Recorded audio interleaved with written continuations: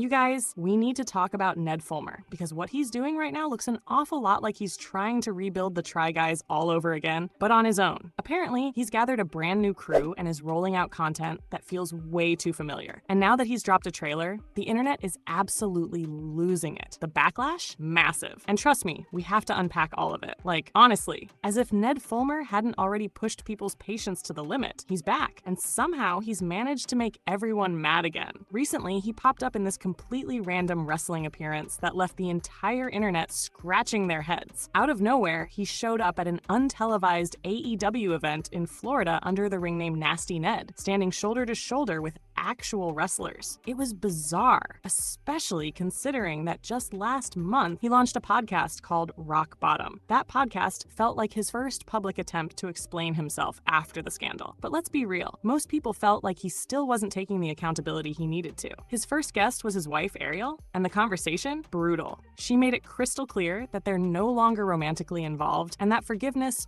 wasn't on the table. Honestly, that interview didn't do him any favors. Putting that out so publicly, with his wife openly saying she hasn't forgiven him, just reinforced why the internet isn't ready to forgive either. People were stunned, and the reactions came instantly. Yeah, this ain't it. Now, every single time he posts, the comments flood with criticism. He's clearly trying to frame Rock Bottom as a safe space for people who've been canceled, struggled with addiction, or hit their lowest point, a place to share growth stories. But no one's buying it. Viewers don't want him leading that kind of conversation. So instead of feeling redemptive, the whole concept of Rock Bottom just feels awkward and uncomfortable. Then suddenly, he's wrestling, and people are like, what is this? Some kind of humiliation ritual? Is the podcast failing? Is wrestling his new backup plan? Well, turns out there might actually be a reason behind all of it. Ned just dropped a trailer for a brand new series, and it looks like he's planning to try something different in every episode. Experimenting, taking on new roles, stepping into professionals' shoes, trying things. Now, he never says try or trying anywhere in that video. Very intentional, but the vibe is unmistakable. He's clearly dipping back into his old Try Guys roots, and the internet not having it. Because even without a single word, the series looks identical to what the Try Guys have always done. The same kind of challenges, the same kind of format, the same tone he once shared with them. And seriously, who's the we he keeps mentioning? Is he recruiting a new group of Try Guys 2.0? Why revisit this whole era instead of moving on?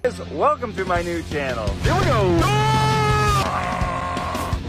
Oh, that is so good. At this point, he should probably accept that chapter of his life is over and move forward. Because honestly, the fastest way to stay linked to your cheating scandal is to keep recreating the exact content you were making when it all blew up. Each week, we'll be dropping videos that focus on curiosity, empathy, and comedy.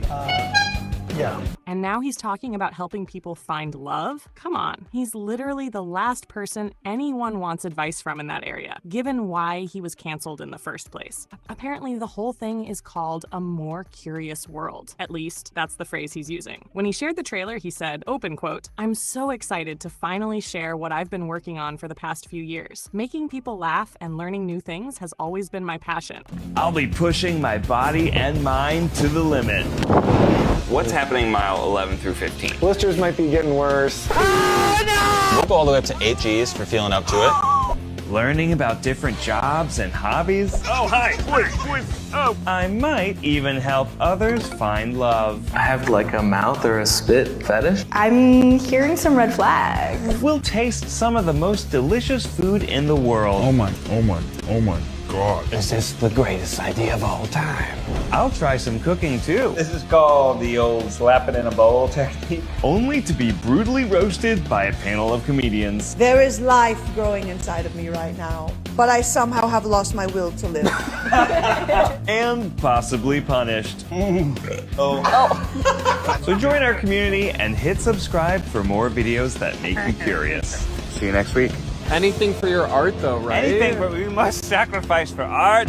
And now I'm taking it to a whole new level with amazing guests, organizations, and challenges that push me completely out of my comfort zone. The first episode drops October 19th. Let's dive in and get curious together. Close quote. And of course, the internet had thoughts. Comments poured in. He should just get a normal life outside the spotlight. This is embarrassing. He needs to be humble and realize he can't fix his image. People are basically saying he could have faded away quietly, maybe worked behind the scenes, rebuilt his life, used that that Yale chemistry degree to do literally anything else. But no, he just had to come back into the spotlight. Now, he's out here trying to stay relevant. Does he not realize nobody is forcing him to live in the public eye? Someone even joked, maybe he should try fidelity next. So yeah, maybe that explains the random wrestling moment. It was probably something he filmed for a future video, one where he's trying that out himself. But what's wild here is that projects like this aren't cheap to produce. He's clearly got a whole crew working alongside him, and I just keep wondering what was going through his head when he thought, yeah, this will totally pay off. I'll make the money back. It'll all be worth it. Because if you scroll through the comments, people are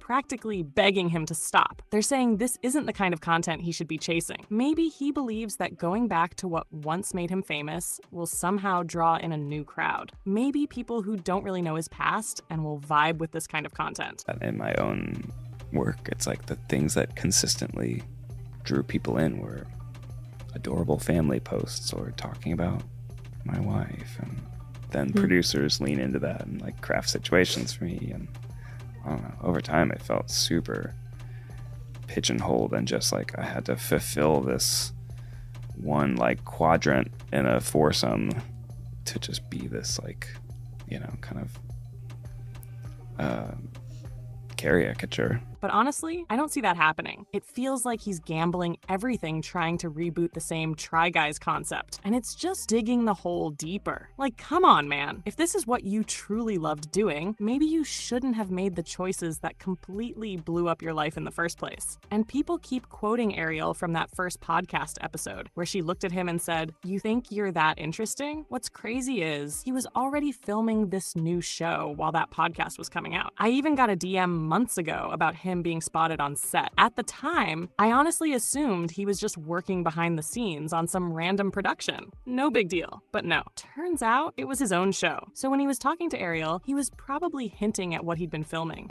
I have a desire to create and to tell stories, but I don't really want it to be about myself as a character or myself or my relationship or my personal life. You know, I've always been drawn to things that make people curious and finding ways of connecting people with their interests, and so I came up with I don't know, I see myself more as like a host and more as just a vehicle for other people's stories. And I don't know, maybe I can, because of what I've gone through and my past, like connect with people and empathize with people. What? No, I don't know. I'm just. You think you're interesting enough? No, I don't.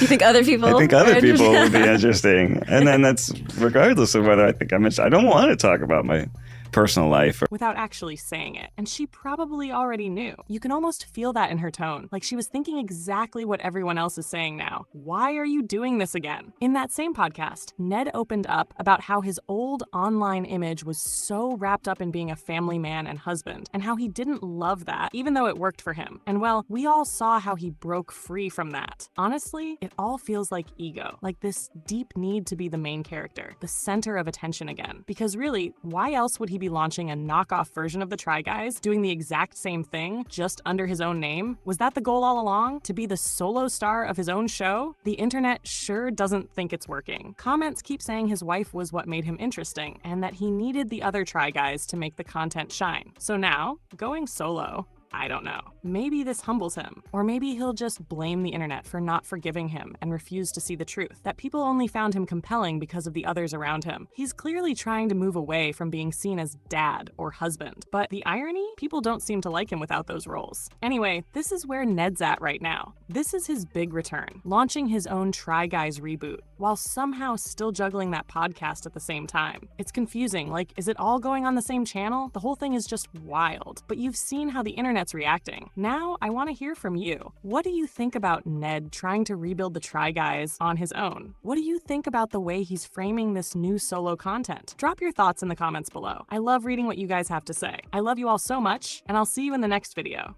Bye, guys.